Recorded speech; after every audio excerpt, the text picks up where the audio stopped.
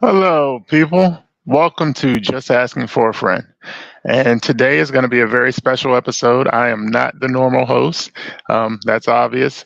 But today you're going to get to hear from the man behind the mic, the voice of DCX, a guy I've known for over 30 plus years of my life. And all of my life, he's always been a caring, giving, fun loving guy with a heart of gold. Um, I've known him through some very rough spots in my life, but today we're going to get to find out more about him. You know, he's going to be in the hot seat this time, letting you know about his life growing up and how he eventually got into this hobby. Um, and we're hopefully going to talk about some of our stuff together. But with all that being said, Thor, what's up, man? Wasn't as bad as I thought it was gonna be. Hey, what's up, man? Man, he was trying to set me up. You be doing that, man. How you been, man? Good seeing you. I mean, good. Good to see you too, man. Everything cool? Everything is cool except for it feels like we're starting summertime all over again. Oh no, it's about they say it's about to be over with. That's what they say. Yeah, right. I hope so, but we'll see. They did say the winter gonna be a lot colder than it was last year, though. Look, you know me. I like the snow, so I'm fine. I'm fine for it. Bring that on. But so we're here today to try to turn it around and get everybody to know more about you. So we're gonna start off with this one because since I've known you the majority of my life. Mm-hmm. I never called you Thor until we started the statue thing. So it has always been so weird for me. I remember when you first sent me a message that you were on Facebook, and I think you told me your name was Thor, and I was like, Thor? Who? At first I was thinking it was like a comic related thing, and I was like, I know Pocky. I don't know who Thor is. I know. So explain to me why Thor, what it's from, why not use your name, like all that. Okay, so you know that for a long time, you and Marissa and all that try to get me to join. I ain't never want to join Facebook. You know what I mean? There's people from like high school and all these people I ain't want to run into. You know, so when getting into this hobby, my wife at the time, she did some research and she was like, if you join Facebook, you can join these statue groups. And you can get statues cheap or probably find statues you can find nowhere else. And I was like, really? She was like, yeah. I was like, well, I guess I got to join Facebook, So I had to put, so again, my real name is Pocky, P-A-K-I. And so I tried to put that in and it kept saying, we need a real name. Like it wouldn't accept that name. You know what I mean? Come to find out later from Alex and Gio, they were saying in Europe, that's like a slang or like, against like Pakistani, something like that. I don't know. That's what he was telling me. So so then I said, okay, well, it ain't meant for me to join this mess. So I didn't, and so I was playing Xbox with remember we used to play Grand Theft with so they wanted me to join Facebook too because they want to see pictures of my dog and all this stuff. And they was like, well, did you join? I said, I tried. It says they didn't accept my name. And so then they was like, well, use something else. I said, well, I thought the whole point of this thing was so people can find you. And they was like, no, just use something else. So I tried all the Star Wars stuff. Ain't none of that stuff work. So at the time, I was watching on Netflix this show called Hell on Wheels. And the villain's name is Thor Gunderson. And he was a trip. They called him the Swede. He was really from Norway, but he was a trip. You know what I mean? So, and actually, one day when I was trying to sign up, I actually had it on pause and he was on the screen. And I turned and looked and I said, let me try this. And I typed and it said, welcome to Facebook. I said, you believe this, but you don't believe my. I said, come on with the joke. So and it was weird because when they start watching Red Titan and people and like because Gio would say, oh hey Thor, I was like, why do you keep calling me Thor? And I was like, oh, because And then that's how it started, man. Yeah, because I think you even sent me the friend request before you messaged me. So I was like, I don't know no Thor. so okay. They wouldn't take my real name. So yeah, because I was like, I've known this man's podcast all this time. Yeah. From the Swede, the Swede. That's what you know. Hell on Wheels. People think it's Marvel Thor, but it's not. It's from the dude from Hell on Wheels. And that's what I thought at first, but then I was like, Gunderson, what is that? No, that's his name. So tell me, like growing up, what was that like? What were some of the things you were into? I was born in DC, just like you were, and I first got into like cartoons and stuff. Saturday morning cartoons was huge. I used to look forward to them, and during the week is He-Man and G.I. Joe, and I know you don't like it, but Voltron, but the thing about Voltron was, I mean, literally the same thing happened every day. But you got every time the Blazing Sword and stuff came out, you just got hype, And so that was my thing. And I even liked the car Voltron too. And then of course, Star Wars came before all that. When I was 4, my mother took me to see The Empire Strikes Back, and then that's where I fell in love with Vader. And then got into Arnold was one of my huge, I loved Arnold. Terminator. I saw Terminator at a young age, didn't bother me. And Predator, but still to this day, Predator is my favorite Arnold movie. And I didn't even know it came out on my birthday, like in '87. Oh wow, and, okay. I didn't even know. And it's just, I think the thing about Predator was the personalities in this thing. Like in no other Arnold movie do you have like such strong personalities, like to compliment him, you know what I mean? True. And these were like huge special forces, dude. This thing was thick. I was like, Slim, put it in it. And the thing about it was you were just like them. You were kind of living through it just like, because you had no idea what this thing was. I mean, they kept giving you, like, eventually you kept seeing more and more, but you were finding out just like they were, you know what I mean? What it was. Yeah. And that's always been my, I mean, I would say Terminator 2 is a better movie, but Predator's always been my favorite Arnold movie. Yeah, that Predator always has the memorable lines. Right, the memorable lines and all that stuff, And then, but before that, I remember, because a long time, see, I was, unlike you, I was scared of horror movies for a long time, but it wasn't until, I think it was my 12th, no, okay, remember, the brothers, my mother's friend, the one, yeah.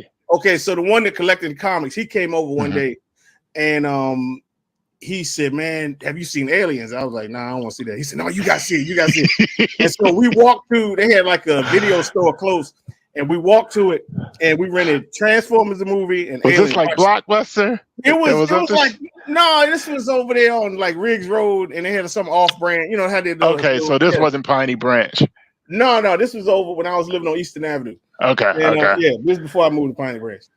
It might have been before I knew you, because I think I was still in elementary school. Yeah, because I met you around Piney Branch time. Yeah. That's when. Well, no, I knew you before that. Remember, I knew you in school, but when So when you were at Dill and early Wilson, okay. I was living on Eastern Avenue. Sorry, DC, I was living in Maryland. You ain't supposed to do that, DC. But hey, I think I did that too. Yeah. So I was in elementary school, and then so we walked and got Transformers the movie, and then got Aliens, and we watched Transformers first, and I was like, wow, man, these people dying. Like, I was like, hey, Megatron and them killing people, but it was good, and then we watched Aliens, and then like it was hard at first, like it wasn't bad because the first hour you don't really see nothing, you know what I mean? Right. And then the scene come when they go down into the, and then but it was vicious. I said, man, this is cold. And then after that, I started watching stuff, you know what I mean? And so then I watched like Lost Boys but my favorite horror movie still to this day is Fright Night. Like I love Fright Night, and because you got to have a little bit of comedy in this. Right. Like your boy Evil, it's so cool. I can't stand it. How'd you feel about the remake, or you like the original more? It was, you can't beat the original, And, it was funny because the other day I was watching a special on Andre the Giant, and I forgot that dude from Fright Night. He was in The Princess Bride. Remember, he was the king. Dude. Oh yeah. The vampire dude. Yeah, the vampire dude. Mm-hmm. And he was talking about Arnold. Andre. I'm like, who the hell is this dude? And now look, I said, that's the dude for Friday. Yeah. You know, because he said he brought his daughters up there to meet Andre. Andre. Andre stood up and they both screamed and started running. And then he came back and said to Andre, he said, I'm sorry. He said, that's okay, boss. They either hug me or they run. He said, it's either one of them, you know. So Fright Night, and then start watching. I didn't really get into, but like for me, it's weird because I'm like the opposite of you. For me, horror and kung fu, I gotta be in the mood for it. Like I can't just watch it. You know what I mean? Like Okay. But I like it, but I can't just have it on. You know? Yeah, just turn. Yeah, yeah. I got you. So and you ain't buying no Shudder account. No. Then of course wrestling was huge. You know, and it was fun because you were big in the NWA, and then I remember when we first really started hanging out, and you was like, man, WWF is some pain and blah blah. And my thing was like I used to watch. I didn't watch it, but I remember it was on like during the week, and I would see it. So I had seen Ric Flair, but I didn't know who he was. Like I was like, what? And my problem was I always thought it would look like low budget. You know what I mean? Like I was like, they always look like they wrestled in a basement or somewhere or something. You know. And I was like, nah, I don't want to see this. But I did watch Glow. You know? Oh yeah. Glow was a must for young boys. Oh yeah. Glow and Pow. Pause. And so we watched both of those, and that was that's pretty cartoons and that was because I remember like we knew each other at Deal, but we really didn't start hanging out until Wilson. High school. And that was junior high school. Yeah, Deal was junior high. Yeah, and Wilson was high school. And because I remember we would meet up in Ramsey's room and everything. We would talk comics, we talk movies, we talk wrestling, video games. Well, you would talk comics because at that time I wasn't really into it. So tell me, what was it that drew you into comics? And I know you would try to get me into Spider-Man a lot. I couldn't do it, but tell me, like, what was it that drew you into them?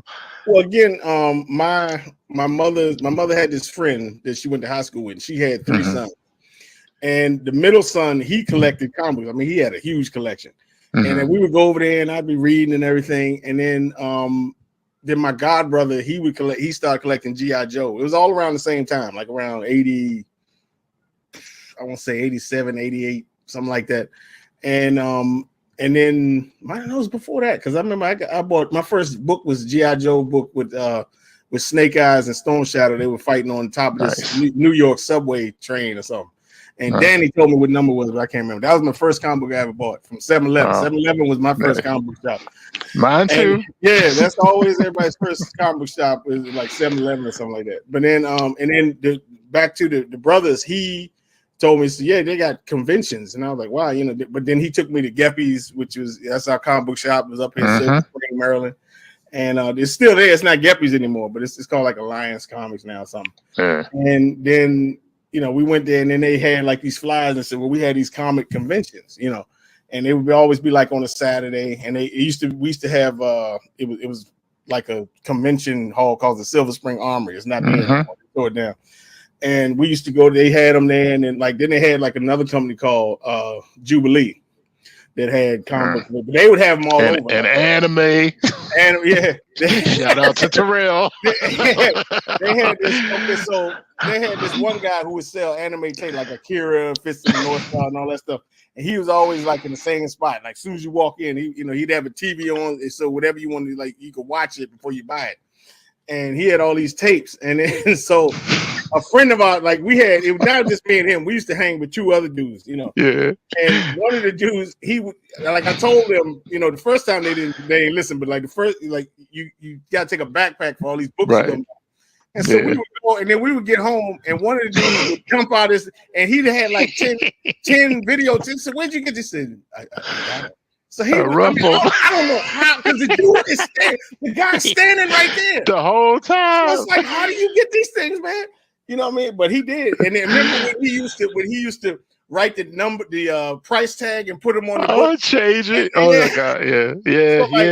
So y'all know that Hulk cover with the Wolverine where you can see the Hulk in his claws. So he was a big Wolverine fan. Yeah. and it was like, I mean, I think they was trying to sell it for like $30 back then or whatever. He took a price tag of $5 and put it on top of that and bought it. The dude sold it to him for $5. I said, man, this dude here. Yeah. some of the people we hung with. I swear to God, it was crazy, man. Rough it off.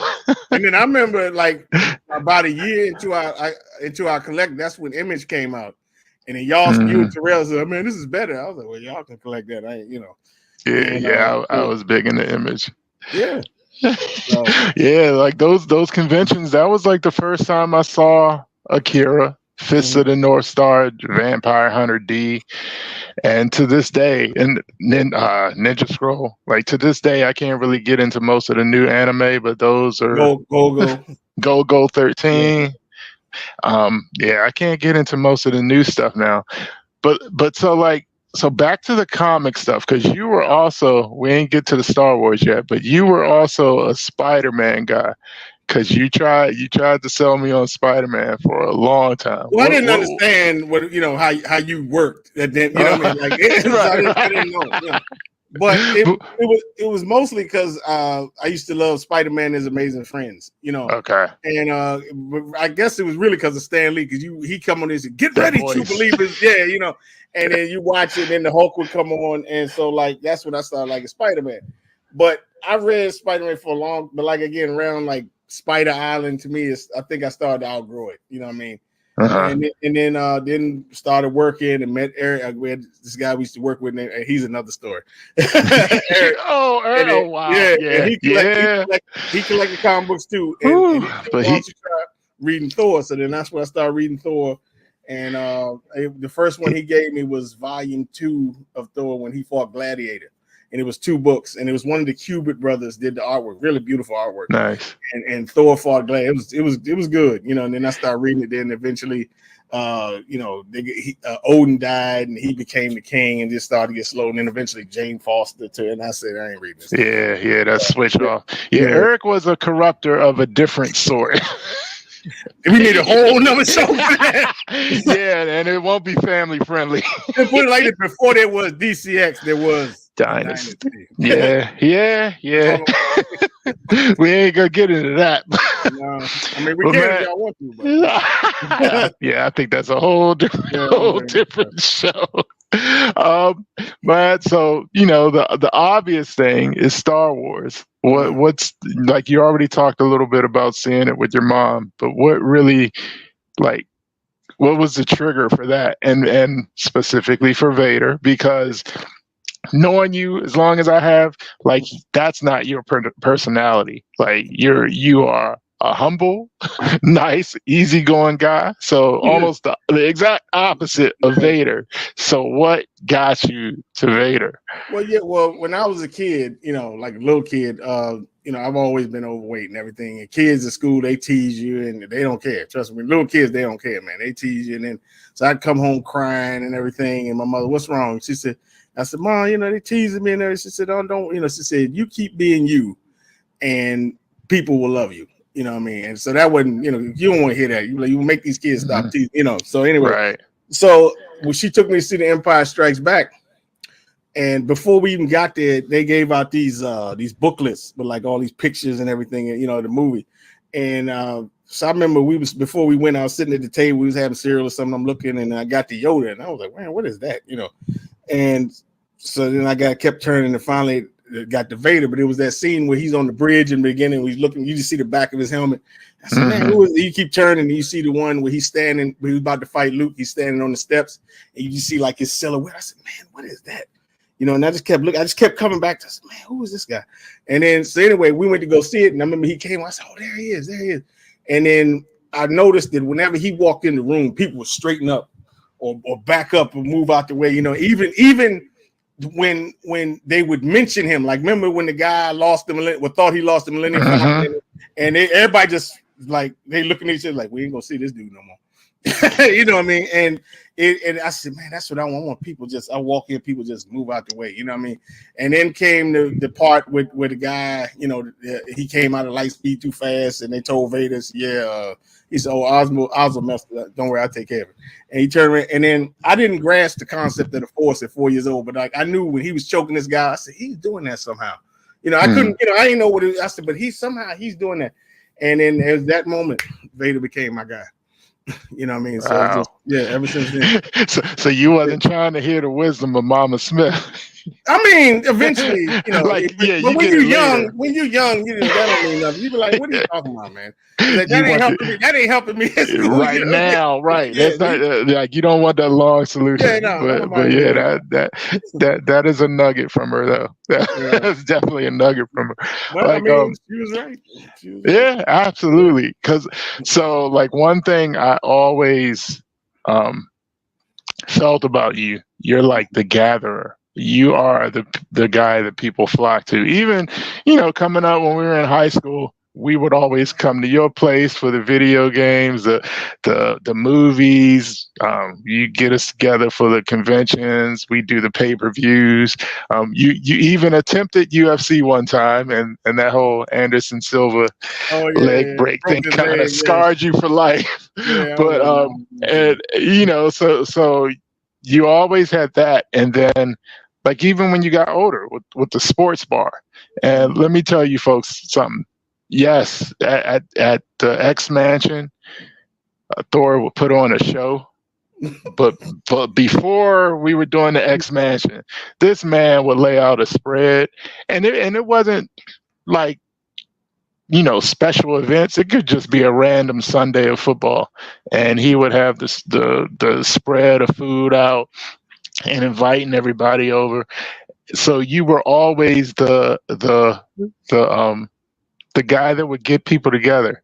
Where did that come from? You know what? It didn't make sense to me until one day. This is going to sound weird. I was watching a Football Life on Vince Lombardi. And Vince Lombardi was born one day before I mean, not literally one day before, but like he was born June 11th, I was born June. So we both Geminis. And they showed him, he always had these parties at his house, like every week. And they keep saying that's like a Gemini trait that we like to bring people together, you know what I mean? Okay. So I'm guessing that's what it is, you know what I mean? But I enjoy people, man. And I've always been that way. I don't care who, you know, your orientation, man, woman, big, small, you know. And I always found like that light in people. I mean, some people, you know, you can't find no light in them. You gotta look hard. But the thing is, I've also always had this talent, and I call it the Force, a mutant ability. Like I could talk to you for 5 minutes and tell if you're full of crap or not. You know what I mean? And I've been like 80% right. Sometimes I've been wrong. Like it doesn't happen a lot, but sometimes I am. But like, and it just like with open mic, like I could look at and listen to somebody. I said, this dude he'd be good, you know, on the panel or whatever, you know. And it's just always been that way. But like it's always funny. You got to mesh different, you know, personalities. A lot of person.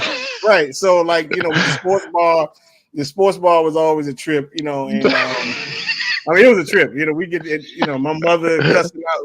You know, God! If y'all ever want to have a good time, heavy Redskin fan, or used to be. Yeah, get with my mother during the football game. You will have more entertainment than. I wish I had time to tell some of her stories, but yelling at the TV, yelling at the cussing out the players, cussing out little kids. And I'm gonna tell a quick real story. So I used to work for a hotel, right? And see, I'm a Jets fan, so like they used to have club seats, and the general manager came and said, "You want some tickets to the game?" And this was the year after Warren Sapp and them won the Super Bowl. So they had Keyshawn and all that stuff. And so I called Tyke, and I said, "That's one of our friends, you know." And I said, "You want to go to the game?" He said, "Sure." I said, "Can you take my mom?" I said, "Sure." He came down and got the tickets. And they said, little did I know they gave tickets to somebody else, and I didn't know. It was right next to the tickets, you know, that they gave me. And so the next day I come to work, and we had a restaurant on the top floor. I was taking some stuff up there, and I overheard this conversation.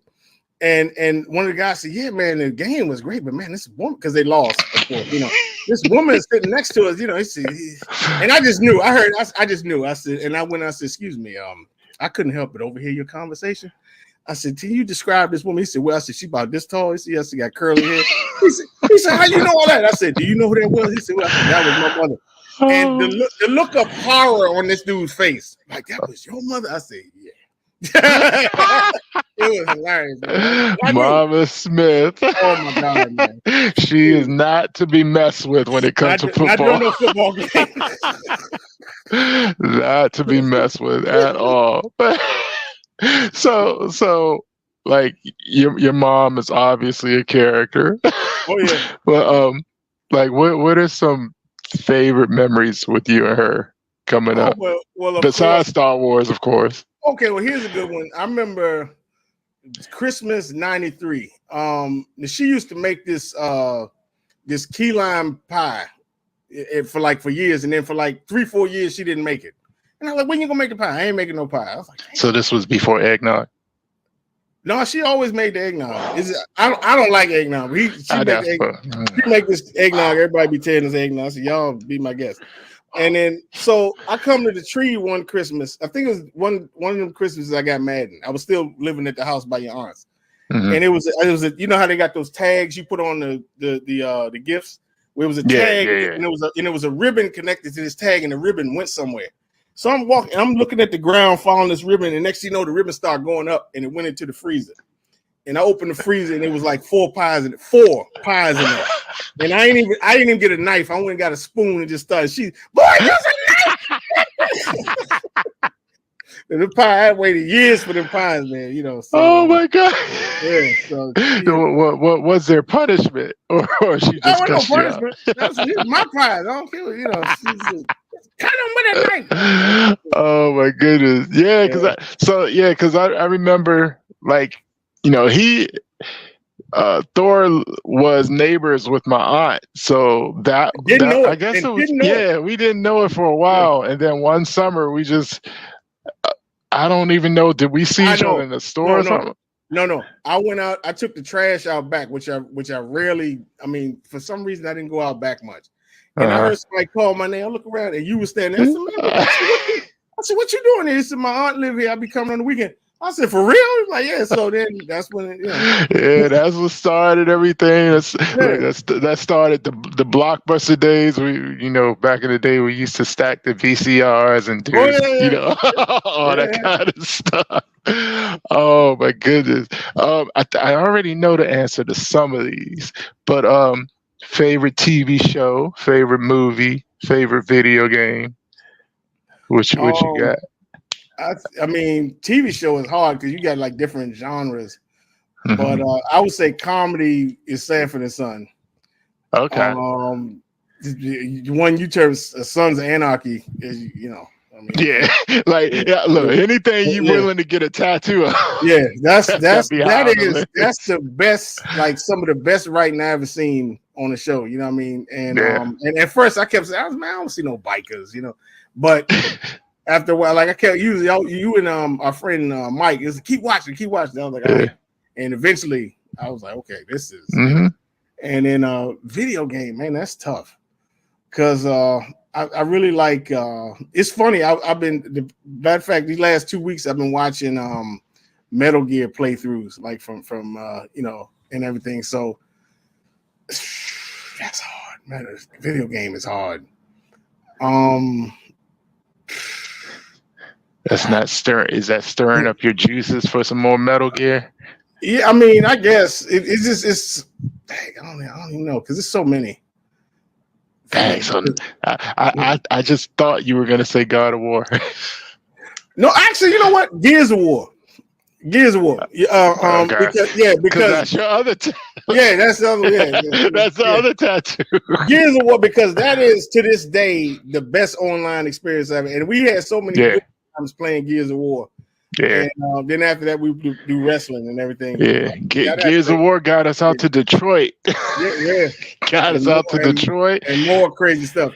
And thank God, angels were watching us, and we made it back because we got into some stuff. But yeah, Gears of War, them Friday night fights, yeah, those are special. Up till all hours of the night, man. So let me see. What else did I want to ask you about? Okay. So you can't pick Yoda. But so no Sith. What Jedi would you like? What would be a Jedi that you would like if you had to pick a Jedi, but you couldn't pick Yoda? Probably who? Nobody. Not even like Mace. Like nobody. I guess Mace. Now that I think about it, probably Mace. Yeah, but the reason I like Yoda is because of his wisdom and the knowledge, and he, plus I like the way he talks. You know, he talks backwards and everything, and I guess it would be Mace, but it's Jedi, man. I figured as a true Sith, picking a Jedi would be kind of hard. Yeah, I guess. Well, look, I'm going to say this publicly because you have been with me through the majority of my life. You have been with me through some really dark stuff. I know you're dealing with it now, but I went through the divorce thing, and I didn't handle it as well as you did. I had some really dark moments with that, which weirdly enough, that kind of led us to the statue thing because, you found it first and you threw it out to me as kind of like a distraction, something to get my mind off of all the other things I was thinking about. But I am blessed and thankful for your friendship for all these years. I love you, brother. You too, man. There's nobody better. You're a genuine dude, and I'm gonna stop because I don't want don't want the raindrops coming from the eyes and all that stuff. The eye sweat. So but yeah, love you, man. Hopefully for the people watching, y'all got to see just a little bit more about Thor, and that's it.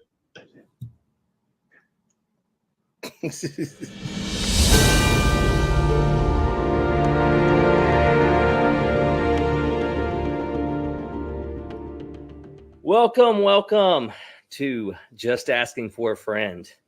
As you may have noticed, I am not the great almighty Thor. I'm Justin, the angel of death, and I have the proud privilege to get us where I think we've all been waiting for from the first time we started seeing these Just Asking for a Friend interviews. We're always wondering, when are we going to get to see the man doing the interview? When is this time going to come? Who's going to do it? Luckily, like I said, I was one of the privileged ones to get to ask this. This man is a friend of mine. I'm sure if you throw him into a bed of little baby bulldogs, there's going to be plenty of open mouth kisses. This is one of the greatest people in the hobby I've met. One of the greatest just people, period, that I've got to interact with. I introduce all of our friends, Thor. Welcome to the show, man. Bulldog kisses. I can't tell you. Every time I see a bulldog, I think of open mouth kisses, and I want to tell somebody, and they would just look at me like, "What?" What? Oh God! How have you been? How is it to be on the other side of the pause? No, it's good, man.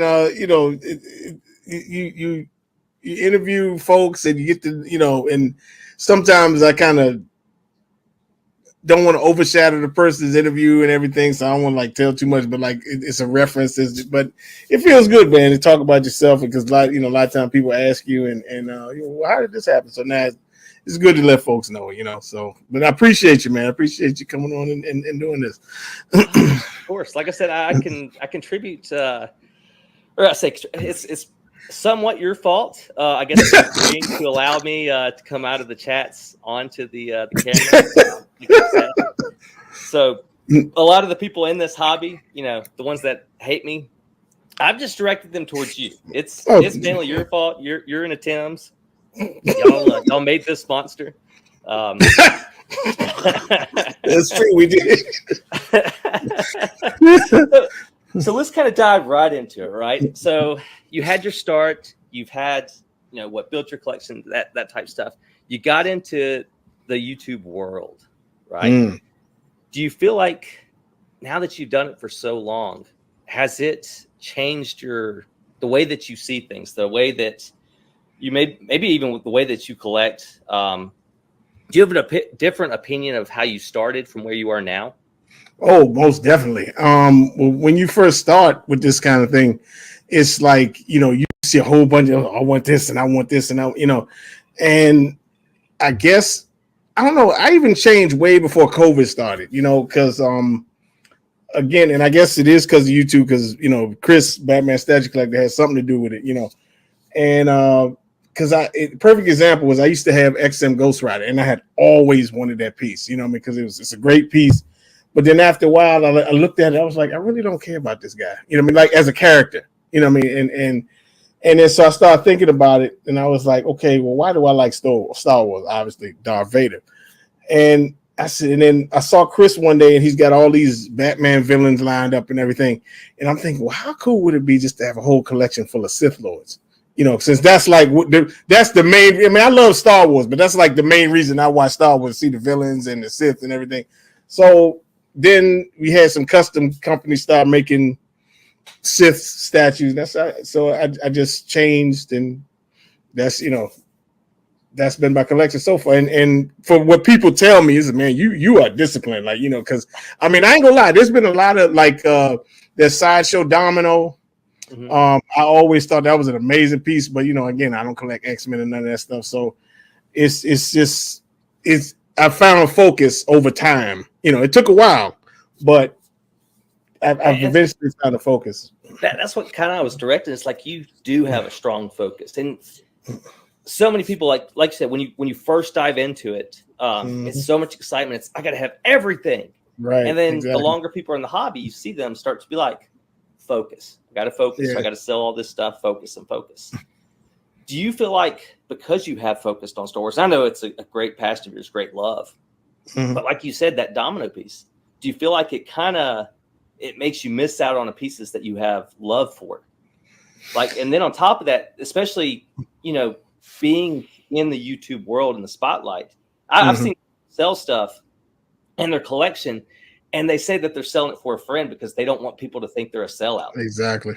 Yeah. So do you feel like it's kind of maybe prevented you from some pieces that you wanted, or maybe it makes it where you have to stay on that narrow path? One, because it's exhausting to explaining people why you're buying something. Exactly. You know, it's funny you say that, because like here recently, matter of fact, today, XM put out these two Transformer pieces. And for me, I've been telling people, to me, that's like the best line going, like piece for piece, pound for pound, you know, and I'm like, man, I wish I had some of these.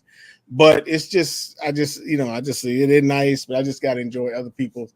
But I know what you mean, like, you know, feeling like you're missing out on stuff. But it's funny how this hobby works, because, you know, you think, like, let's take a Tim, for example. You think of him instantly, you think of Wolverine, X-Men, and everything. So, like, it'd be out of left field one day. So, yeah, I'm gonna get Hush Superman. You're like, what? Yeah. You know what I mean? It would like throw you like, no, that don't sound right. You know what I mean? So if I start throwing Transformers up in here, they'd be like, man, you feeling okay, man? You know what I mean? But I mean, and again, the enemy, everybody's enemy is space. You know what I mean? And I couldn't, me having slight OCD, I couldn't have Transformers in here with this stuff. You know what I mean? So if I had like a house with a whole bunch of wings or something, I could have this Transformer wing. You know, now that if that was the case, yeah, I would collect a whole lot of other stuff. But you know, being that we are normal income, you know, this just what it's gonna be for now. But like, I mean, that's the first time in a long time that I've seen some of these pieces come out, because I'm a real big fan of the Galvatron and the Starscream and the Nemesis Prime. Those are my 3 favorite, and they're just Prowl looking good too. But it's just I can't do it. You know, okay, it's tempting, but I can't do it. So if you were not focused on Star Wars, let's say Star Wars never happened, mm-hmm. do you think that behind you would have Transformers? I would probably have Marvel stuff before, because you know the Transformers are like recent, but I'd probably think about it. You know what I mean?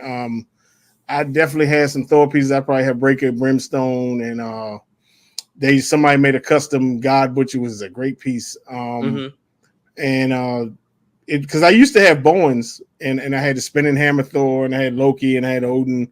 I had Beta Ray Bill. You know what I mean? So.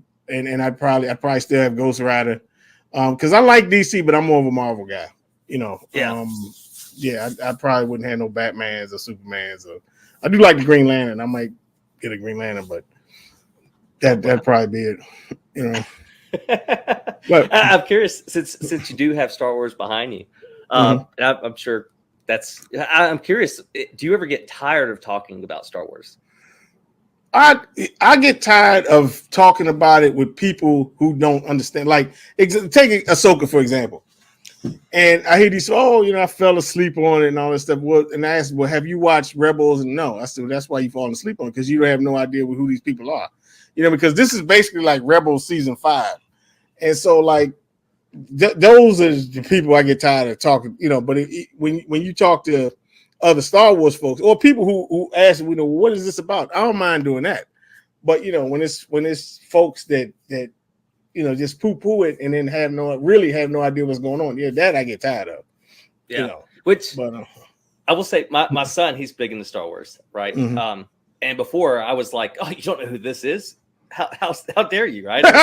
You know, because my core is the movies that have came out, right? Of course, yeah. I've gotten TV. But speaking of Ahsoka, especially an episode that, you know, was fairly recent. But when she falls off a cliff, which there's no spoilers here. This is going to happen after the yeah. But she appears somewhere, and right away my kid jumps up and is like, "Oh, the world she's been there before." Yeah. And saying, that's how she was brought back before, and all that. And I was just like, I'm a nobody now. My son has surpassed me. You know, but so going back to, you know, people kind of want to be, say, you know, a diehard fan or whatever, and they don't really know anything. What has been your favorite platform with Star Wars, rather it be the games, the comics, the movies, the shows? What do you think does it the best justice? Best justice. I mean, for me, it's always going to be like Empire in the original trilogy. Because that's what drew me in. But I do enjoy Mando. Some of these games were really good. Like the Force Unleashed was a really good game. This Jedi Fallen Order, that was good, but it was like once you done played the Force Unleashed, that kind of, you know, it was good, but it wasn't that good, you know. And I did appreciate Mando for. I always wanted to see that side of Star Wars, like the underworld and the Jabba type of stuff, you know what I mean? So but you know, they just gave us too much of this baby, you know what I mean? I give Rodney props. I didn't mind him at first, like, you know, the first season, you know, he was the bounty and everything, and then I just kind of thought it would be nice if they would just let Luke have him, and then he could train. Because like if he actually had a function, then I would appreciate, like, if he actually was a Jedi and had a saber and everything and was kicking some kind of butt, instead of just standing there trying to sell toys and making women, oh, he's so cute. I don't want to hear that mess. You know what I mean? And then that's when I started getting tired of him.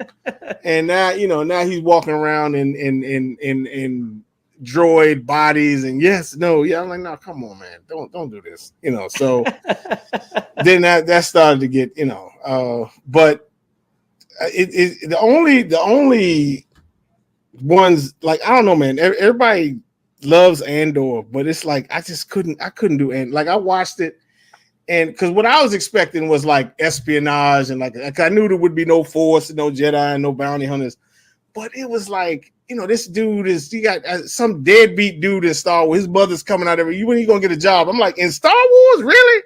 and then they had Mon Mothma with her marriages failed. I'm like, what is this mess? And then I start thinking about, to me, this is the opposite of Mando, because Rodney always says he doesn't think Mando isn't interested enough to carry a show. I'm like, okay, fine, that's your opinion. To me, Andor ain't that interested to carry no show. Like, he wasn't the main character in Rogue One, so he was like I thought he was a good side piece. Pause. But and then you think like, okay, so this dude gonna die after like one movie. So I'm like, okay, do we really need to me? They should have called that show like The Rebellion, because to me, if they would have made a show about Skarsgård's character, to me, he's like the most interesting dude on that show.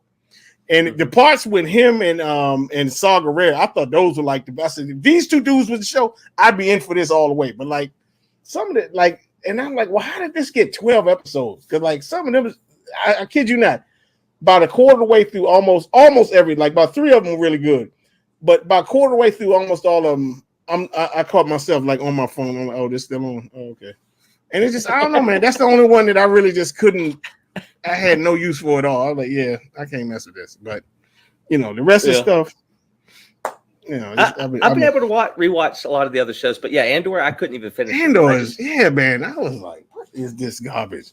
I mean, I couldn't do it. Sorry, Ryan, I couldn't do Andor. So I'm curious. Obviously, you're a big Vader guy, big Vader fan. Do you think Star Wars would have worked if they started with Episode 1? And do you think that you still would have had a lot of love for Darth Vader if they started with Episode 1, made it through to the end? Would that still be your guy? No. Because I always tell people when they ask me, well, where should I start? Like now I tell them to watch Rogue One first, then watch the original trilogy, then go back and watch the prequels. Because to me, if you don't if you don't know who Darth Vader is, then you probably not going to care to go back and watch. Because that was like the intrigue of watching the prequels. Like, well, how did this kid become that? You know what I mean? Like, how did you get there? And to me, that's what made them interesting, And so if you just go in but I mean, I guess younger folks at the time, that was their Star Wars. So, and they might have seen the original trilogy, they might not have, but you find a lot of folks, I guess now they're around 30-ish, they all are like I think Taylor, that was his thing back in the day, But but in my opinion, I always tell people now, I tell them watch Rogue One, watch the original trilogy, then watch the prequels, and then if you want, watch the sequels too. And that's just always my opinion. I don't think they would have the same impact if you don't know who Darth Vader is to go back and watch him. You don't have the love for Anakin if you started with Episode 1. I don't think, because you're just like, this is a whiny kid that's just always whining. That's one misconception. I always tell them, I don't care about Anakin. Like I could care less about Vader's my dude. When he becomes Vader, that's when I start caring. I mean, I always want to see how he became, like the actual process of him becoming Vader, but I really don't care about Anakin.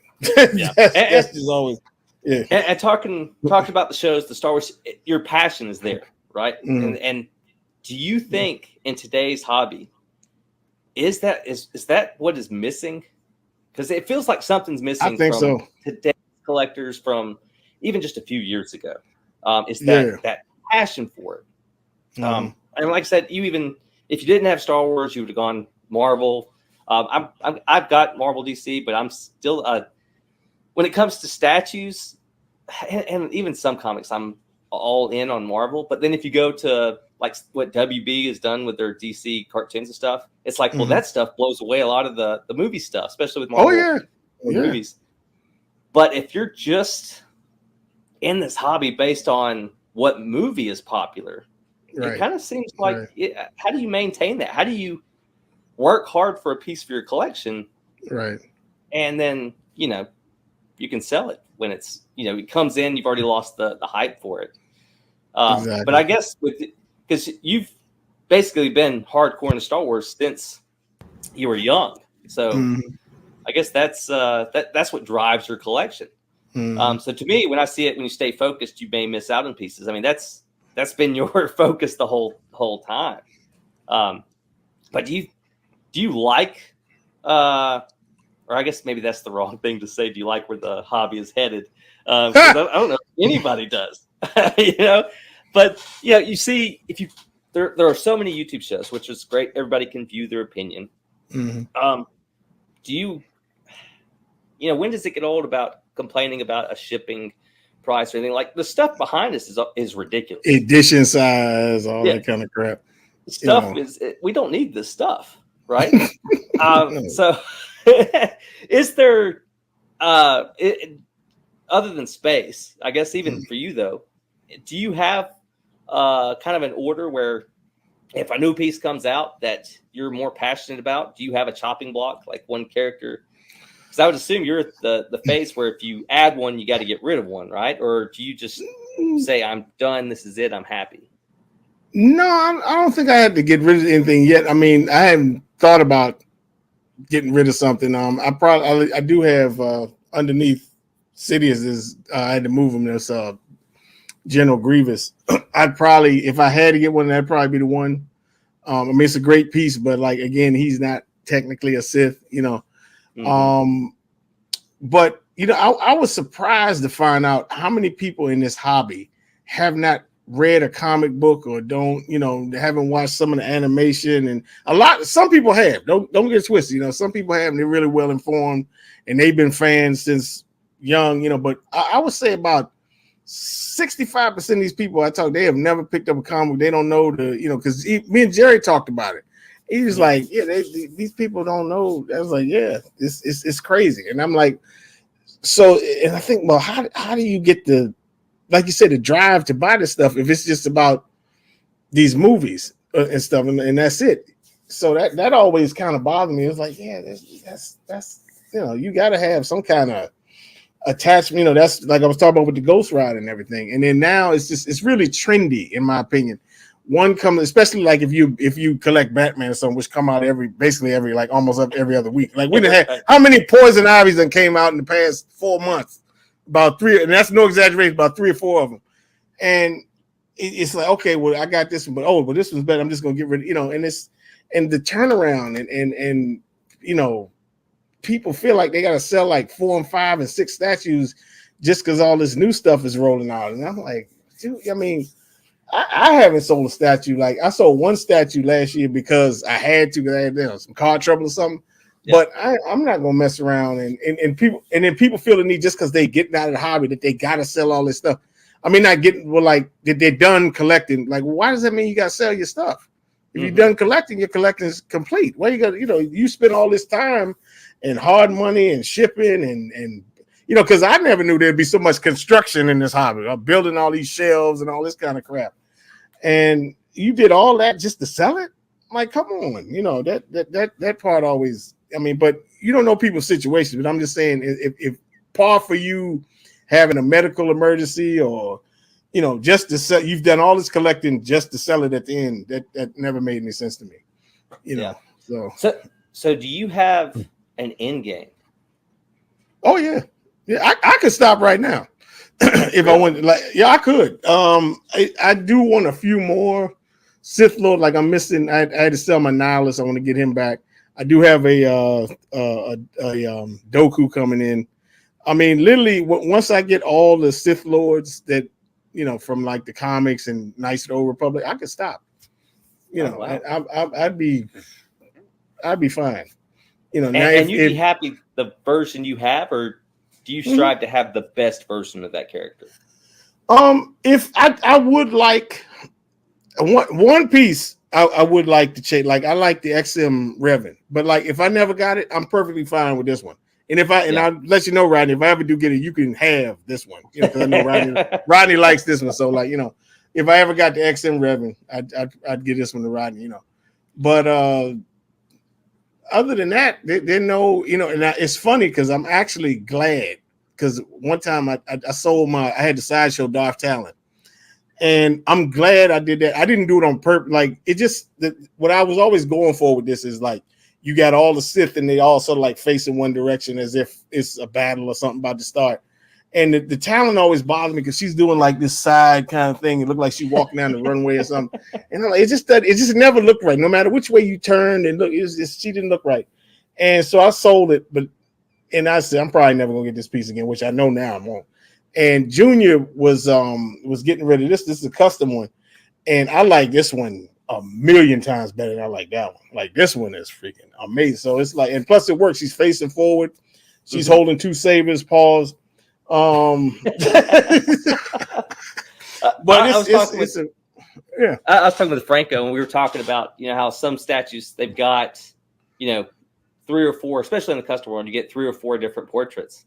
And I told him, I said, they got to stop making it, even in the licensed community, stop making all the portraits face the same way. Right. Like, especially if their bodies are going away, have them turning or whatever, so that you can, if you want all your statues being faced forward, you can do it, or, you know, see their bodies. So, but so you've done the YouTube world. You're in game. I mean, you basically, you're going to keep these forever, I assume here. do you think? Go ahead. Go ahead. No, I mean, you know, you never know as you get older, because I remember seeing, I don't know if it was Pawn Stars or something, or one of these shows, and these, who those guys that go out and buy stuff at these flea markets. Anyway, they went to some guy's house, and he had gotten older. You know, he's in his 70s, and he collected something. I came in, and he just said, "Look, I'm old, I'm tired. It's time to get rid of this stuff." And so you know, maybe when you get to that phase where you get tired of dusting and, you know, and all that kind of stuff, you might sell them off. But like, other than that, other than just getting tired, you know, I mean, I do shudder the thought, because I know I do want to move from here. I shudder the thought of moving all this stuff. Yeah. Other than that, yeah, you know, but because it is, that's part of it. You got to find some way to store the boxes and all that kind of stuff, and you know, but once you get it the way you want it, like I'd always admire your setup, the way you like can hide all the wires are hidden, because you know, you can even see wires from here, you know, and I've just always, once you get it set up, and sometimes you just sit there and just look at it, and it's very therapeutic. Yeah, in my opinion, you know, just sitting in, you know, while looking at your statues. But I've always felt that the statue room should have some sort of function. Like I see some people rooms and it's just statues and that's it. And I'm like, well, you should at least have your TV or computer or something in there that you can spend time and, you know, and not just sit there in the statues and that's it. That's just my opinion. You know, I always thought that was kind of weird that it was just a statue room and that's it. But I always thought that you should have something in there that's a functioning room that you can sit there and enjoy them without just. Oh yeah. I agree. Also, I mean, I think, you know, a lot of times, especially the YouTubers and stuff, you'll ask them, you know, how often are you in that room? And it's like, oh, well, just once a week when I do the show.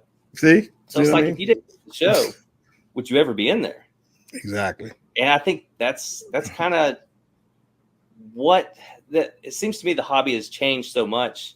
Where it used to be, people were wanting to share what they got in, what they spent their money, what they bought for their collection. So when you got their reviews, it was kind of an honest excitement, come share this happiness with me type thing.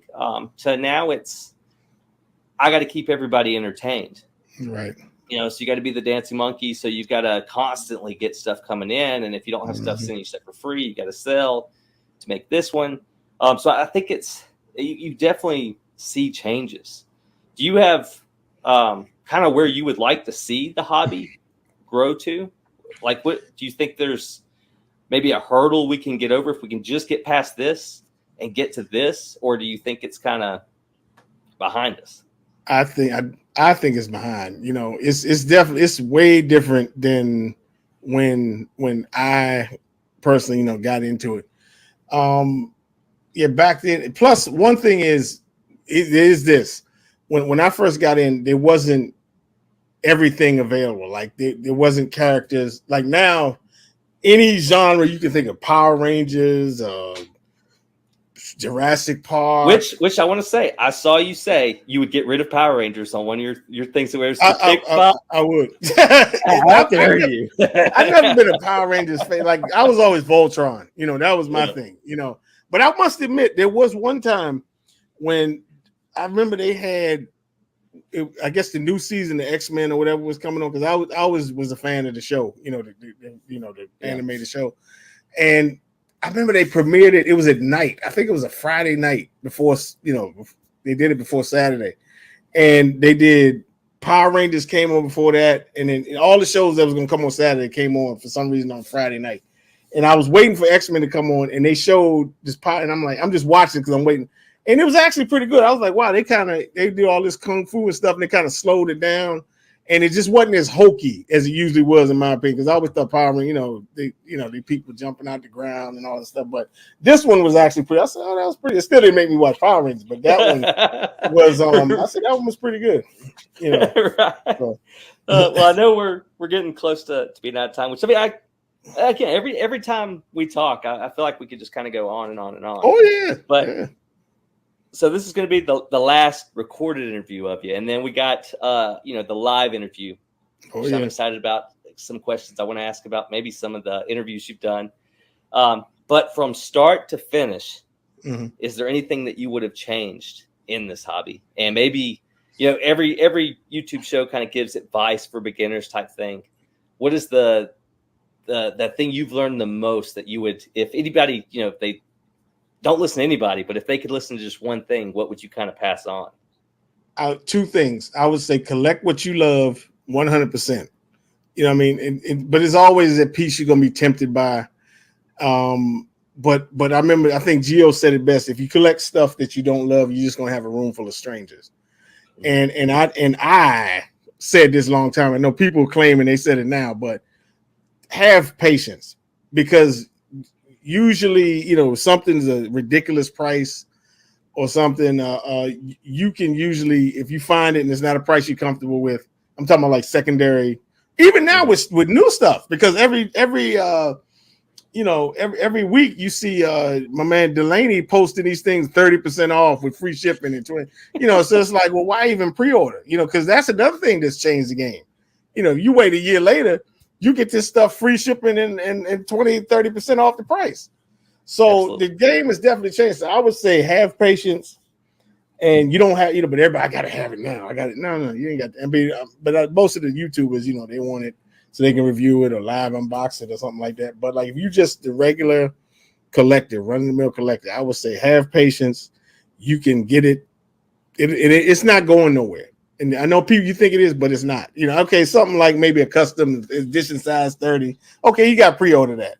But if we're talking something 5,000 editions, that stuff ain't going nowhere. You know what I mean? Right. You can just be smart about it, in my opinion. That'd be my best advice I could give. I agree. I agree with that. And that's, as a new collector, that's the hardest thing, because you see something, you're like, this is a great deal. I can't miss out on it. But I think that's the biggest thing, or one of the biggest things I've learned from you saying that over and over again, that have patience. Everything goes for sale. Everybody's, saying, I'm getting out of the hobby and selling everything because of these shipping prices. But if you go on eBay or in the secondary market, free shipping. It may not be, brand new right now. Right. But if you can't wait, let's say even a year for a piece, maybe you didn't really want it to begin with. You know what I mean? Exactly. Because this hobby should be escape. Don't make it a business. But because I'll tell you this is how I learned that is I had bought the XM Boba Fett and pre-ordered and everything. So 1 year later, I saw somebody they got these distributors or whatever, and one guy was having a cleaning out his inventory sale. It was half, with free shipping, half the price of what I paid for it. 1 year later, I said, yeah, that's when I learned patience with this statue stuff. 1 year, half the price of free shipping. So, well, all right. Well, there you have it. One more interview down with the man. Like I said, I want to see him with a bulldog just so I can see those mouth kisses. Oh yeah. So Thor, I guess the next time we'll see you is going to be that live interview. Yep. So then everybody will get to kind of ask their own questions, things that we watch these in the recordings, and you're just like, I want to ask him this, or I want to say this, then you have to wait. Right. But I'm excited for it. Like I said, I always enjoy getting to sit down with you and talk, hang out. We should do it way more. I need to stop working. We all do, but you know, my brother always enjoy YouTube. Then I can't buy more of this stuff, right? Exactly. So. But all right, well, that's going to be it for this one. We'll have to have like a part 2. I mean, I'm Archangel. I deserve a part 2, right? Pause. I'd be down for that. All right, everybody. Thanks for watching. Remember, have patience. Patience is key to being happy in this hobby and hopefully staying with it. So later, everybody. Peace, everybody.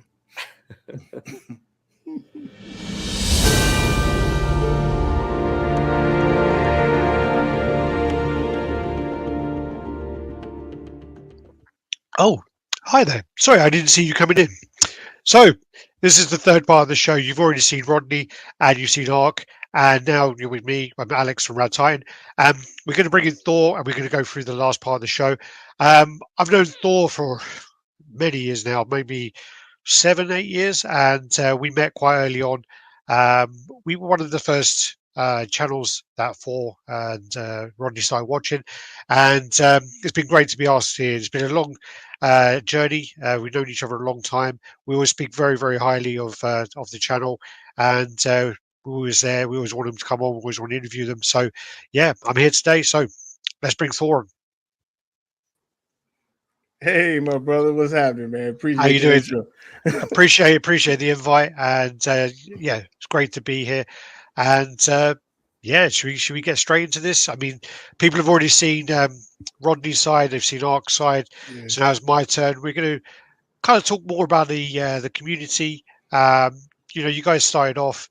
You started off with the channel with sort of the Darth Castle side of things. Have you explained the actual name and where that come from?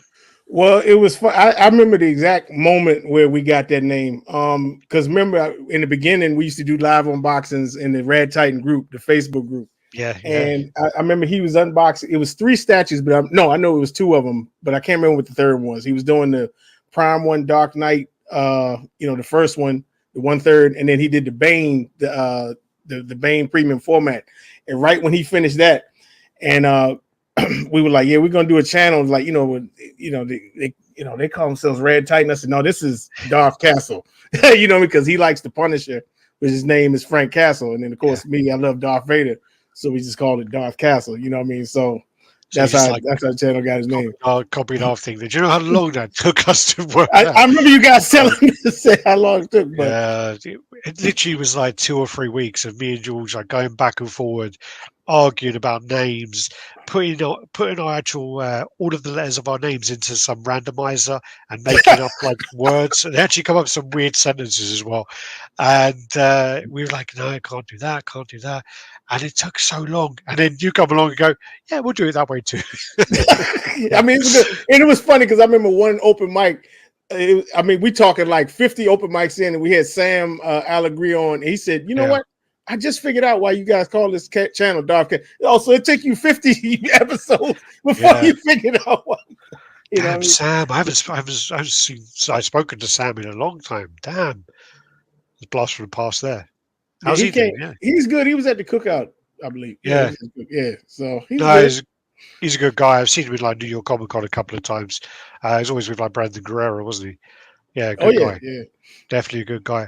That's the other thing as well. So you guys, that's where you started off. You started doing the live unboxings on Radd Titan, and then you went off and done sort of Darth Castle. We started up your channel, started up your community. You've been doing that now for. How long has that been now? Like 6 years, 5 years? No. I want to say 2017, 2018, something like that. So, yeah, about 7 years. Yeah. I got a thing pop up on the my phone the other day, and we've been posting videos for 10 years, and it was just like, God. Wow.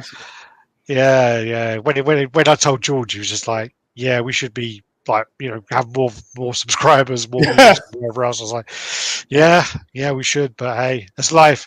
That's one of the things I always said about you guys is like whenever we looked at the subscribe count, the number count, we always like, there should be another 0 there or 2 zeros. You guys should have much more followers, much more. And you were there. You were like there was a time when you were so regular as well. You were doing your like Friday show, Saturday. You were doing like so many shows. We were like, these guys are going to overtake us. These guys are literally, their channel numbers are going to go like the show numbers are going to go past us. And we were so surprised. It's weird the way it all works. Really, I know it is really weird the way you'll get some channels with, I don't know, 50 videos, but they've got 100 million views, and you're just like crazy. Right. Well, I mean, somebody explained it to me one time. They were saying you got to have video if you got videos every day, then the algorithm kind of puts your stuff out there more and everything, you know. But we didn't have enough content to go every day, you know. So no, we did that. Like we did a month of a video a day, and it didn't really pick up. It did. We actually like of the average of how many views it got over that month. Compared to how many videos we posted and how much content we could have posted over how many weeks as such, I think we got less views. Really? Yeah. Wow. Okay. If we posted them the schedule, we would have, because at that time we were getting like 5,000 a video. So then when we posted them on a day, it turned into like 1,000 on some of them because people weren't watching them every day. So it was like, it didn't work out as well. But then you went into so you went from like Darth Castle, then you went into open mic as well, which is a live show as well. Yeah. Okay. So it always amazes me how that show got started. So you remember Rodney and I in the very beginning. Besides doing the unboxings on Radd Titan, we were on the Collectiverse. That's where we met Jason and PJ and everything. Then that kind of folded. And then Jason, we were talking about that with Jason, and so then after that was over, Jason kind of wanted to keep going. He started this show called Collectitude, which the channel is still up. We did about 5 episodes, and then then Jason's mother passed away. You know what I mean? So he said, I'm going to be out for a while, and so I was like, Rodney, why don't we start it? We'll do one on Darth Castle, And I remember when I was, how it used to be with Hangouts and when you set up the stream and everything. Hangouts was so easy. I know, right? And it was free also. Yeah. And so I'm sitting there trying, and I'm like, what am I gonna call this thing? And I just had the TV on for like background noise or whatever, and it was on like Comedy Central, and they said, yeah, we have open mic now. I said, that's what I'm gonna call it. Yeah. And it was like, because the premise was whoever wanted to come on, be you collector or YouTuber or whatever, anybody want to come on and talk collectibles, that's what it's all about. And then literally that show literally took a life of its own. I mean, like it was no script. I mean, of course, if there was big news of the week, a big piece coming out or something, we talk about it.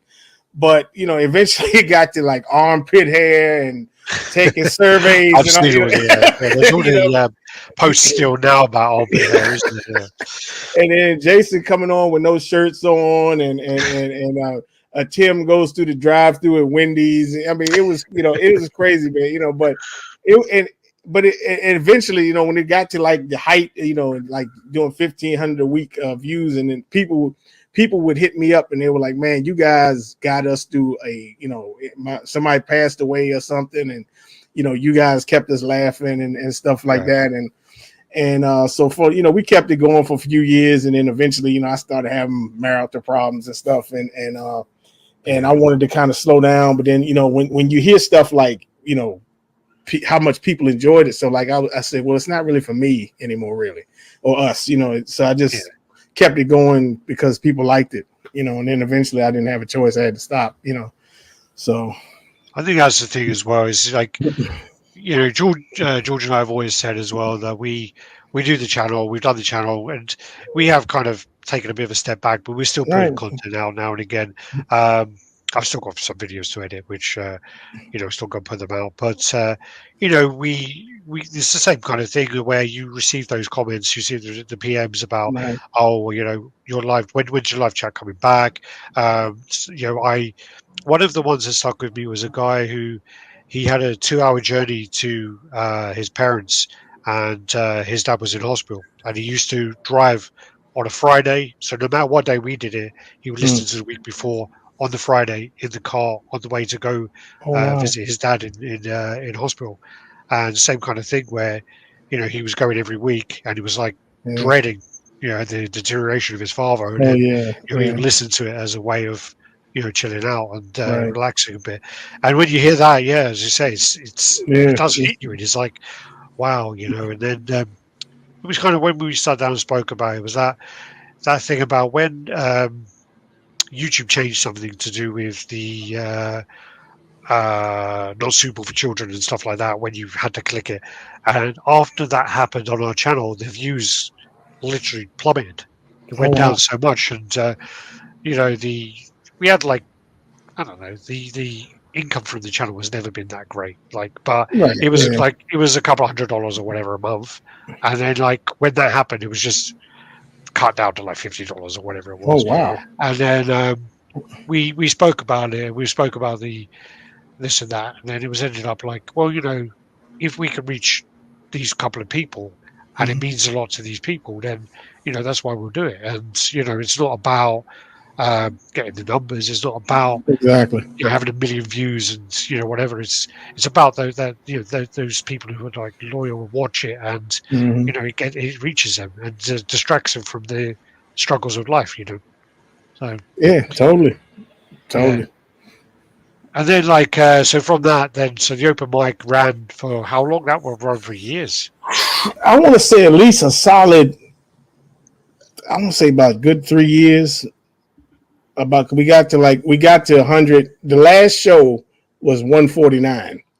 And then eventually we came back and did 150. That was later on. Yeah. But so I guess, that'd be 3 years, because it was 50 shows a year, because it was one a week. Yeah. And so about 3 years, and wow, and it went strong but then eventually we had so many people involved, and then people, when you get a lot of people, is well, why don't we do it like this and everything, and then it was just so it just it causes more ran its course. Yes, that's why we mixed it up as well, because originally we did the same thing when our chat started. It was as many people as possible we could get on, and I think one point we even had like 10 or 12 people on there, and we came off of that chat, and George and I had a heated conversation about it, because he left early. He literally left really quick because he got really annoyed about it. And it was just about how it was so unorganized. We couldn't communicate. We were trying to make a point, and then two people were having their own conversation during and George just said, like, we can't do it this way. We're not doing it this way anymore. We then went away, and we're like, okay, what we'll do then is we'll do the two, and then we'll do like an interview, or we'll do something like that. Do the news. We'll try and do that for a few weeks, see how that goes. And then that's when we kind of stuck to that kind of format, because it got too crazy. And then some of the people who were involved in it, around the beginning time, we had a group of, I don't know, 10 people. And then what happened was once we kind of did that, we were trying to alternate. And we had then some other people saying, hey, can I come on? And we're like, yeah, you come on next week. And then we would have to say to people, look, we'd have a maximum of 5 people on, whatever. And then we had these group of people who were like, we made your channel. We're the reason your channel's so big as it is, or whatever. So you can't get rid of us. And it got like really like, okay, got a bit nasty actually. So then in the end we were like, fuck this, we're just gonna beep. So we're like, fudge this, and it got to a point of just, let's just stay away from that, because it's just too messy. It's too messy for us. But that was the whole thing. I mean, like, obviously as well with the group, you got on Facebook as well. So, it's been going quite strong for a while. What's the kind of members there?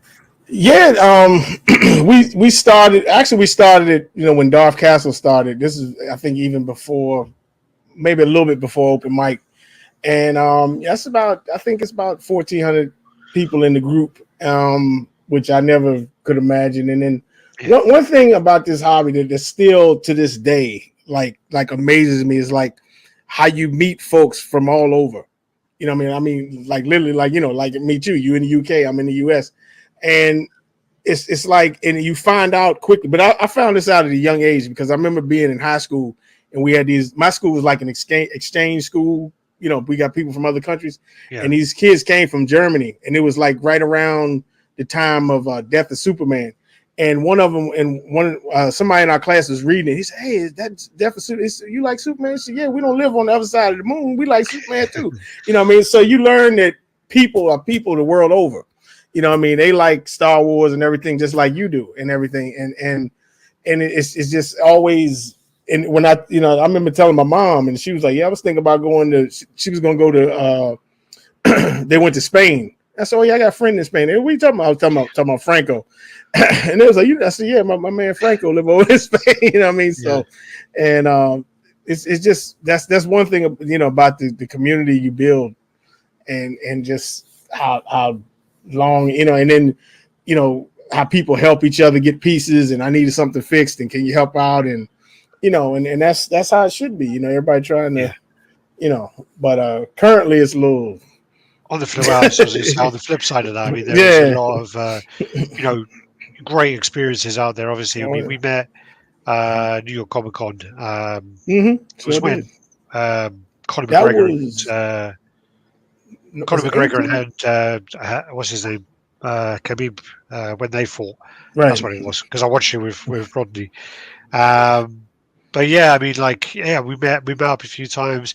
It's great. I mean, as I say, when I get to from this hobby as well, I've flown around the world and been to a load of events and seen loads of people, and I've got work out of it. And every time I go to a country, literally I could find I can meet someone there. If I went to Hong Kong, I went to Hong Kong in, I can't remember what year it was now, like 2017 or so, 18.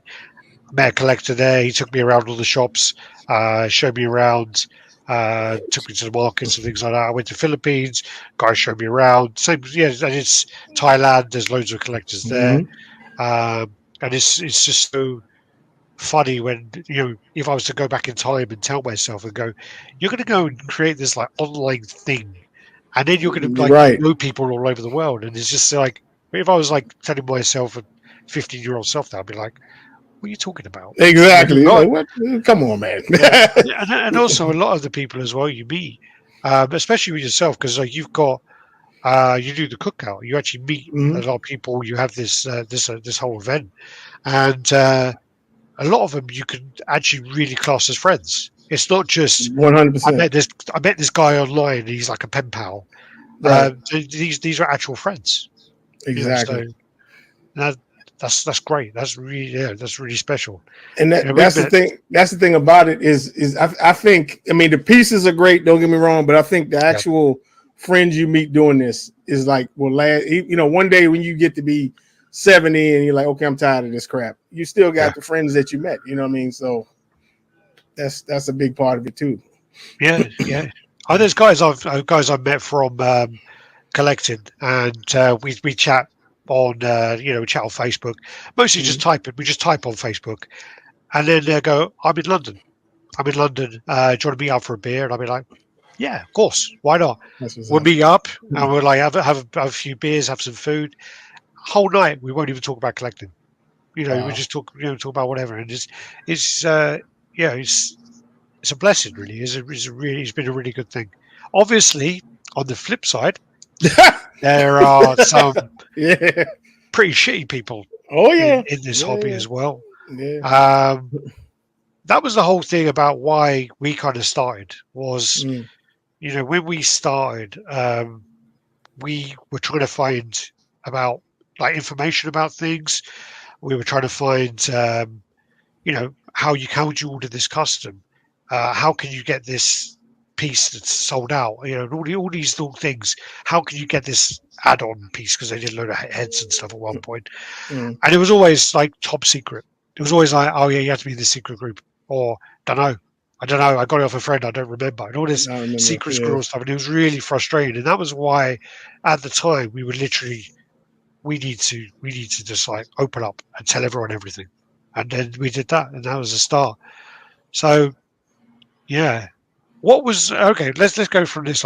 What is your worst experience then in this whole thing? Well, doing open mic, you know, it was, I say, competition, and we got shut down a few times, and then I had these theories about, you know, was it somebody else doing it or something, and then eventually you get like, you know, sometimes you get people would do live shows and they would, oh yeah, DCX did this, so they kicked us out of something. And I'm like, what are these people talking about? You know what I mean? Yeah. And then they get mad when you say something about it, you know, and then it's like I can think of 2 other YouTubers that I haven't talked to in a long time. I mean, I don't talk about them or nothing, you know, we just haven't, and that's unfortunate, you know what I mean, that something like that. And you know, another one, we had come to, I think it was the first New York Comic-Con, and they hit me up, oh, you guys want to do a show? And it was like, no, you know, because it was a Friday, they assumed we were going. It's like, no, man, we met, you know, we met Barb and them for the first time. We trying to hang out in New York, and they were like, well, you know, we could go, and it's like, no, man, we're not. And it's well, if you got an attitude like that, then, you know, I'm like, dude, what are you talking about? You know, so it's, you know, I don't know exactly who you're talking about. Yeah. So stuff like that, you know, now currently, you know, it's something going on, and you know, these people accusing us of stuff, and then you get these guys who okay, so you got new collectors coming in, and these guys are doing this show, and they're kind of like, and the thing that I don't like about it is they're bad mouthing one of the vendors, you know what I mean, and trying to, and in my opinion, they're trying to herd people to their vendor, and in the process, they're I mean, whether they're indirectly trying to do it or not, to me, they're kind of trying to put the vendor they putting down out of business, which I really, you know, you mess with somebody's livelihood, and doing it for what? For some views for YouTube? Come on, man, that ain't right. You know what I mean? So you get stuff like that. So you know, all that kind of stuff. You just like made a whole like window open in my mind, and all this stuff flashed back, and I'm like, oh my God, there was a lot of drama. I just remembered loads of stuff. God, I mean, like over the years, the amount of, now when we started to do the live, we actually spoke to another channel because they were doing like one of the only lives at the time for this hobby, and I was on their channel a few times, and then it was like 1 a.m. UK time, and I literally said, look, we want to do a chat. We want you on. We don't want to step on anyone's toes, and we did it. But then some of the other people on that channel really, really hated us, and just went after us constantly, even on their show. And it got to a point where we were like, "Look, if you don't do something about it, you're part of it." You know. Right. So yeah, I mean, it kind of got to that point, and then even like they I think they got like they were like taken off the show, and then when the 2 people passed away, now I know you're talking about those guys took over, and it was just like anyway. So like over your time then doing all this, I mean, now obviously you're doing asking for a friend, and you've been doing that now. This is the 50th show, so this is a lot. You know, altogether you've done like over 200 shows with the stuff before. You've been on guests on other people's shows, but then mainly with the asking for a friend stuff, you've been interviewing people. So do you feel, because from my personal point of view, from doing the live and doing the interviews and stuff, it's actually taught me quite a lot, given me quite a lot of skills, which I actually now have used for work. Do you feel like it's taught you anything? Do you feel like you have something you've taken away from it, or? Oh, definitely. Even when interviewing Rodney, I've known Rodney for almost 34 years, and it was a few things I didn't know about him, you know, and you learn stuff about folks, and what I enjoy is how to get to know how, like, when did the initial, you know, getting into pop culture, you know, way before the statues and everything, what was your, you know, introduction, and how whoever became your favorite person or whatever, you know, usually starts with a movie or a comic book or cartoon, and another thing is how this stuff sticks with you. Like, you find out a lot, like, well, I didn't have money when I was a kid, but now that I'm working, I got my own money, I'm gonna get this cool stuff I couldn't afford when I was a child. And clearly this stuff is way cooler than the toys we had back in the day, you know what I mean? But can't really play them though, can you? You can't. Like, example, like, you know, because now I'm a big fan of the the XM Transformers, like those things. Like, Yeah. I'm not even going to attempt to get them, but I mean, those things for me, that's the best line going now. Like, I'm talking about piece for piece. Like, you know, because you could point out great pieces in other lines, then there's some stinkers or whatever. But that line, it's like every single one is amazing, you know. And I was like, especially they showed that Prowl the other day. I was like, man, that thing is sick. But even RC looked quite nice as well. RC looked good too, yeah. But I think it was the ride shield. I was like, that is cool, you know. And so you know, that's what you find out about people, you know, that they still that I don't want to say childhood trauma, but that yearning is still there to you know, to what you didn't fulfill as a kid, you finished in that, and now it's like contributing to, you know, you doing this collecting and everything. But another thing is, because we come from the generation of, you know, reading books, comic books and everything. I find out that a lot of new collectors, they don't read books. Like, you know, I guess most of it's from these Marvel movies or whatever, but you know, they get pieces of people they really don't know much about, you know. And I mean, I admit, when I got Ghost Rider, I wasn't a big Ghost Rider fan, but I knew, you know, who Ghost Rider was. You know, I read a few Ghost Rider books, but it's just, I just like how it looked. Like, dude, how you know, you don't know nothing about him. You just gonna get the piece, you know. So I don't know. But saying that, though, people collect for different reasons. I mean, like, I collect probably for the same reason as you. I collect for nostalgia. So for me, for something to be a new item, like House of Gog and stuff like that, for stuff like that to get in my collection, it has to be pretty special. It has to be something where it, you know, I look at it and I'm like, whoa, okay, I need that. But if it was something like a new character, or, you know, I just don't think I could do it. But you know, you have collectors who are like, you have collectors who buy for nostalgia. You have collectors who buy. Well, we used to have a lot of them who would buy to make a profit and resell. You know, you have people who just buy whatever people are like saying is the best thing at that time, and they just want to be in that crowd. So you have all these different things, you know, or, you know, you have people who just recycle their collection so fast because they just can't decide what they want. But you know, each their own, and it keeps the hobby going. So, you know. Well, I would say like something like take Court of the Dead, for example. Of course, that was something new. You know, nobody really knew who they were, you know, but I mean, they were just done so well that, you know, some of those, you know, okay, I want to see what this is all about, you know, but I have one of those on my radar though. When you say that, I do actually have one of those on my radar, so that does go against what I just said. But yeah, no, it's a couple of those that I always wanted. That Kier, the one where she's holding the head up. Yeah, that one I've always that's my favorite one out of that line. That one, and the other one with Kier, Kier, and then the one I forgot the girl's name, but she's got like this Knights Templar outfit on. Yeah, and she's got the Shard. 2 swords. Shard, that one too.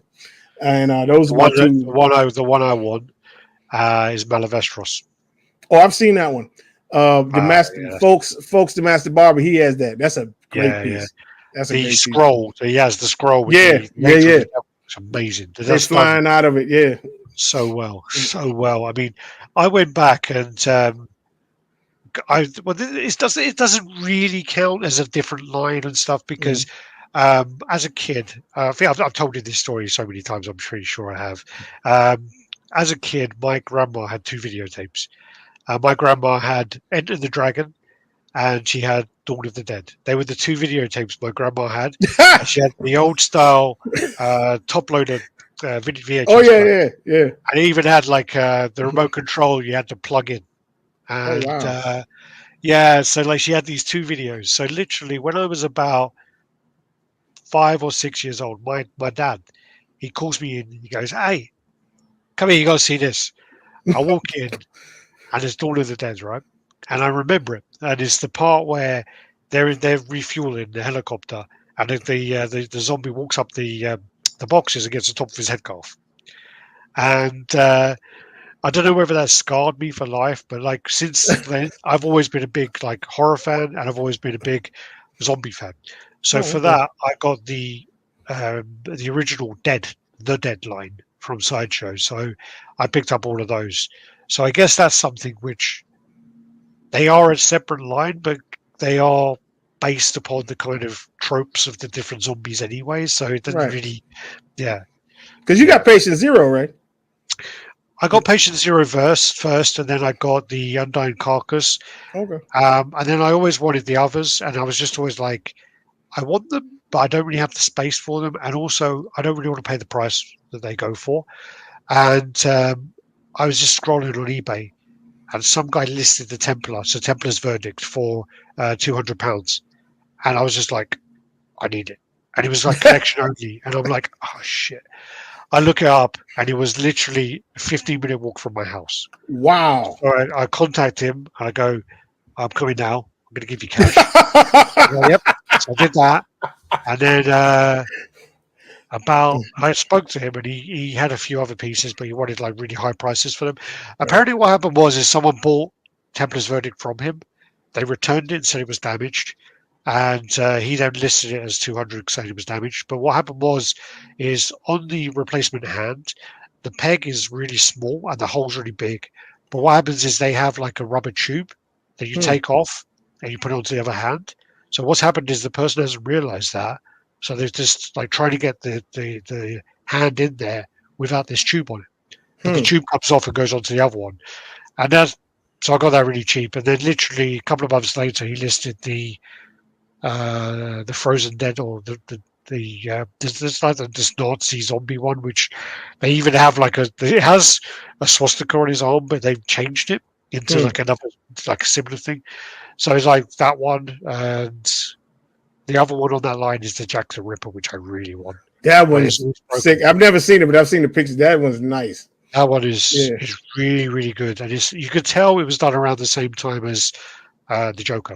The original Joker, because it's like a very similar base, similar pose, and a similar kind of tailoring as well, and it looks absolutely amazing. And that's on my radar. So the Malavestros and the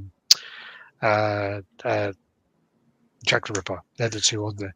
I'm gonna tell you one that I wish I had, that I wish I would like to have back, because I sold it because I wanted the other version. I used to have the ARH Medusa, the one with the column. Yeah, the snake, and not the one where she's got the guy wrapped up, but the one with the guy's stone on the ground and there's like a column. And I had the green version. I always wanted the brown version, which is harder to find, So I sold it to some guy, drove down from Pittsburgh and came to get it. And I remember the guy who fixes our statues, he had the brown version, and when he was selling it, I couldn't afford to get it. I was like, dang, so it was like, what, because that guy, I could just, like you said, I could drive and go get it, but now they want like big money for us. I'm like, I ain't never gonna get that. Problem is, I've seen a lot of those broken, and they are broken. You have to be really, really careful with those. So you have to go get it, because it's like eggshell. The actual snake is really, really hollow. So like, you must have seen like a lot of pieces over the time. So like, what is the piece which you opened up the box and you were just like, wow, that is like next level? I'd have to say two of them, because first one obviously was the one who really pulled me in, was the Mythos Vader, the first one. And when I got that, I was like, this is, that's what really solidified this hobby for me. I said, okay, I'm gonna need, because I thought that was just gonna be, I said, this is it, I'm just get this and this. And then when I took it, I was like, wow, this thing, and recently I gotta say, this custom Darth Talon, that it's really, really, really good, and it's great, because that's become my favorite piece, what I mean? And it's it's really nice, and he's making it's gonna have two other pieces with it, and there's another Sith Lord that goes with it, and then there's like one guy's gonna be on the throne, because you can tell it's like steps, and so it's gonna be two more pieces in the line. I gotta have, now since I got this, I gotta get all three of them, because it's real. So I'd have to say this. I mean, I don't really want to say the custom company, but this custom Darth Talon, and definitely the Vader Mythos, the first one. Well, it's your channel. You can say what you like. Well, I get DMD, the DMD. So. But that's the thing is, I mean, like, just over the years, I think we had the moment of, we opened up like so many pieces, and we must have done like 100 videos or something and seen a lot of pieces. And then Andy Fusco brought over the Spider-Man comic kit. Oh, I remember that. Yeah, he had it repainted, and it was black. And I remember we took out the base of that, and both George and I were just like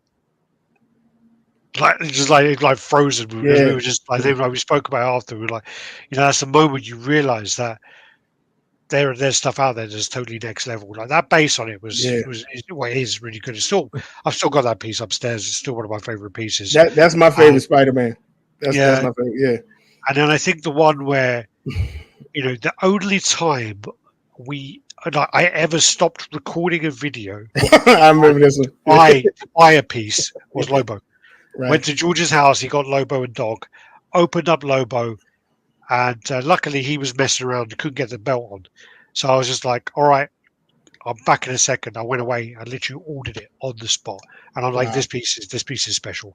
I don't know much about the character. I'm not really a big DC follower, but Lobo was just next level. And it still is to this day. Only reason I got rid of it is I'm trying to bring my collection down a little bit and make it more of the things I appreciate. Yeah. I do regret selling it a little bit, but that's life. I was like that with Ghost Rider. Like, it was I love the piece to death, but I sold it to Junior, and then Junior ended up selling it to King David, so it's kind of still in the family. So, that was my Lobo was selling Ghost Rider. That Ghost Rider is better than the new one. It's much better. I agree. I agree. I saw the new one because obviously I'd seen the prototypes and stuff, and it looked great. And then I saw the production of the piece, and it does look really nice. But the original one is just more kind of iconic for me. But then also the bust stand, it just was horrendous. The paint on it was dreadful, absolutely dreadful. I was looking at I was in like a shop in France, and they had it. I'm looking at it, and I'm just like, this is one of the worst paint jobs I've ever seen in my life. It's so bad. Like where the flame and the chain and the whatever and all going around, and I'm just like, there's so much overlapping, and it was just, I don't know how they got through QC. The one I saw, really don't know. So you're saying then, out of every piece you've ever owned, that Darth Talon is your favorite piece you've ever owned? I'd have to say, yeah. It's crazy. It's like it's something you'd have to see in person, but it is like, because I had the sideshow one, and I liked it, but it was the only one at the time. But what my vision for this was like, to have a whole bunch of Sith Lords, but have them all like facing forward as if it was some sort of battle going on or something. And with her, it just looked like she was on some kind of runway and turning sideways and like, oh, what's going on? And this one, sexy piece, very sexy piece. It was, but like not as if if you're getting ready to have some, you don't want that, But this one is, the fact it's got two sabers and you can see the flame flickering and light ups. Yeah, I mean it's just amazing, And some people are like, oh, the boobs ain't big enough and all this crap, but like she's a lot more athletic. I mean, the other one's athletic, but you can see what's the chance of her being in one of the Star Wars shows then? There's a few videos out on it. It's a couple. No. I mean like on the Disney Plus shows. What's the chance of them bringing Talon in? It's what they were going to have Talon. With Lucas's vision for the new films, it was going to be Darth Maul older. He was going to be like this crime boss, and Darth Talon was going to be his. His apprentice. Yeah. But I think Disney was like, it ain't gonna. They're trying to bring kids in, and she's a little bit too sexy for kids and all that kind of stuff. So, but she's not on anything currently. But I think she's coming because now they're starting to sell stuff from like the Old Republic and all. Even though she's in the future after Vader and all them, but I think eventually you're gonna see Darth. They'll try and bring it all in for sure. They're trying to close off because the whole plan was meant to be that they're going to make this like all the TV shows are going to combine into a movie. That was going to be the end of it, wasn't it? Yeah. Right. So like you have a very special relationship with your mum. I mean, you post a lot of pictures of her, and you got her, on your Facebook a few times. And how does she feel about this? That's hilarious because I remember when I was in my house, right? She would bring more people down to see this stuff than I would. She's like, come see the statues, come see the statue, And I remember one time, my godparents, because I cook and everything, I do the barbecues and stuff. Yeah. And they wanted me to come on over, bro. If you ever let me know if you ever make it to DC, then I'll hook you up. But they was, I think it was around Christmas, and they wanted me to smoke a prime rib for them or whatever. So they bought the prime rib, and then my godfather, he was like, "Oh, let's." He said, "Let's go see these toys." I heard he said toys, but when they came down there to see them, they ain't call them toys no more. And that's when I still had Ghost Rider, and they when they got to that, and they were looking, they were like, "How much does this stuff?" I mean, it was like the silence, them looking at, and they were like, "How much these things?" And I told them how much Ghost Rider cost. It's like, my God, but if my mother, she loves it. She would, and you know what's funny about her? Because my mother loves Predator. Like every time Predator comes out, let's go see Predator. And she to this day, she said, "You need a Predator statue." I swear to God, 80 years old. She said, "You need a Predator statue." I said, "I know, Mom." But so we had like other delivery guys, because at one point I was getting like parcels every week, every couple of days. And I had this Jamaican guy from FedEx, right? And he literally like knocked on the door one day, and I said to him, do you want to see what you're delivering?" And he goes, "What?" He goes, "Do you want to see what you're delivering every time?" He goes, "Yeah, okay." I take him to my collection room, and he looks at him, and he goes, "Oh, wow." He goes, "Nice collection. My sister, she collects teapots." And I was just like, "Get out of my house now." I was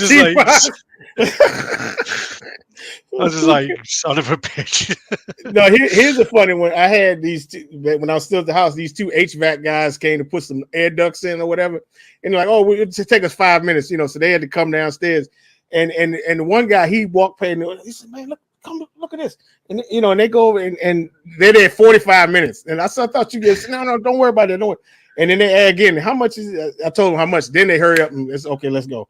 Because they would think us and I'm gonna get in trouble because I've been told to hurry up. But one more question. So we're in line with all of this as well. So where do you see this hobby being in like 5 years' time?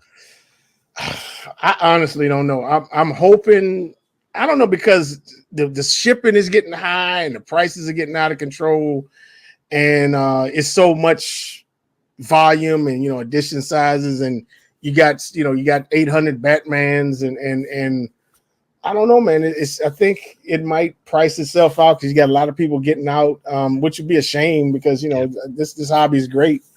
But it's then the economy is out of control, and so the future is uncertain. I hate to say it. That's why I've been going back and getting all the old pieces. Right. Literally, you go on eBay, and all the old pieces are like dirt cheap now. You can find them like if you're patient, you can just find a great deal on eBay. You just go, take it. I'll take it. I've actually bought stuff which I was like, do I have that? Don't remember. Buy it. And then I realized I've got it, but I've got 3 duplicates upstairs I need to sell now. Wow. Yeah. But no, I mean, as I say, Norman wants this to be cut up here, so we have to end this. No, it's been great, and this time has just absolutely flown by. For me, I love to talk, and it's been great talking with you.